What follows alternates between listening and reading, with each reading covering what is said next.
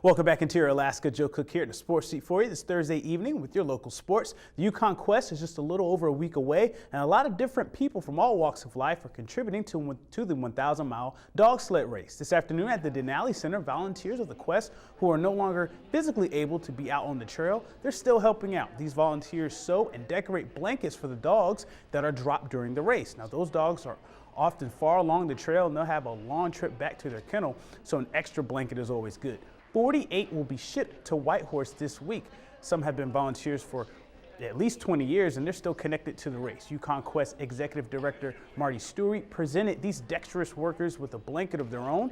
The blanket is filled with autographs from mushers, Quest administrators, and others to pay tribute for what they do for the Quest.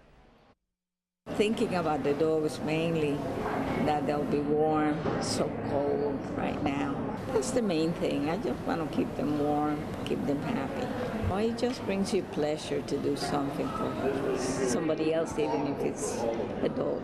It's really amazing to see how much the dogs in the race touches everybody. It really is a hometown event. And it's just amazing how everybody finds a way to be involved and to feel that they have something to contribute, because we all do.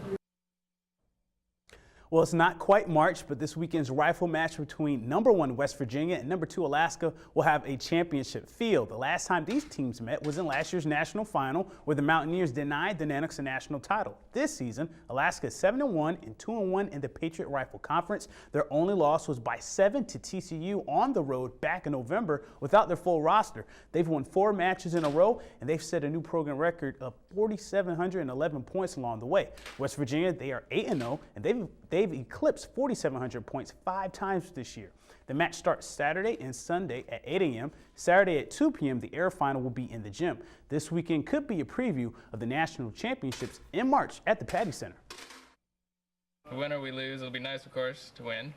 But I think we're really going to be focusing on what each of us can do to focus on ourselves so that we'll be more ready to perform well in March. I mean, for me, it's like, sweet, get shoot another match. Happy about that. Right. But, you know, on a bigger level, they're a great school. They shoot well, but we're a great school. We shoot well also, so it'll be a good match. There are 2 big weekends left in the 4A wrestling season. The first is this Saturday at West Valley High School. The WOLFPACK will host this year's MAC championships, which start at 9 a.m. on Saturday. February 6th and 7th are the state meets in Chugiak. All the teams have wrestlers that can not only win a MAC title, but compete at state. West Valley, although young with 1 senior heavyweight Jason Love, freshman Jordan Opp, and junior Joey Frissalone are state hopefuls. Lathrop has also made noise with Jack Dickinson, Micah E., and Tyreek Jones. Out in North Pole, the Patriots have placed in the top 10 of all their tournaments against the top 4A teams this year. They're looking for 3 straight MAC titles. I think it'd be the first time that North Pole's ever done that, but we're battling a few injuries and sickness, so we're hoping that we stick together long enough to have a shot at that, yes. I want to win the tournament. I want to beat North Pole, even though they got like probably 30, 40 kids. We have 12. That'd be really fun. We need a lot of people to get in first, though, to do that.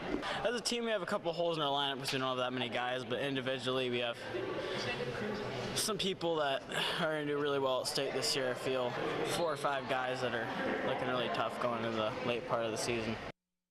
The West Valley WOLFPACK took a break from Mid-Alaska hockey and hosted the Colony Knights this afternoon. In the first period at the Big Dipper, Colony, they get a chance, and Jacob Link, he goes into Legend of Zelda mode. The power play goal, remember Link from Legend of Zelda, the Knights led 1-0 after 1. Late in the second period, West Valley, they fight back and they tie it up at 1-1 with the Gabe Rankin tally at point blank range.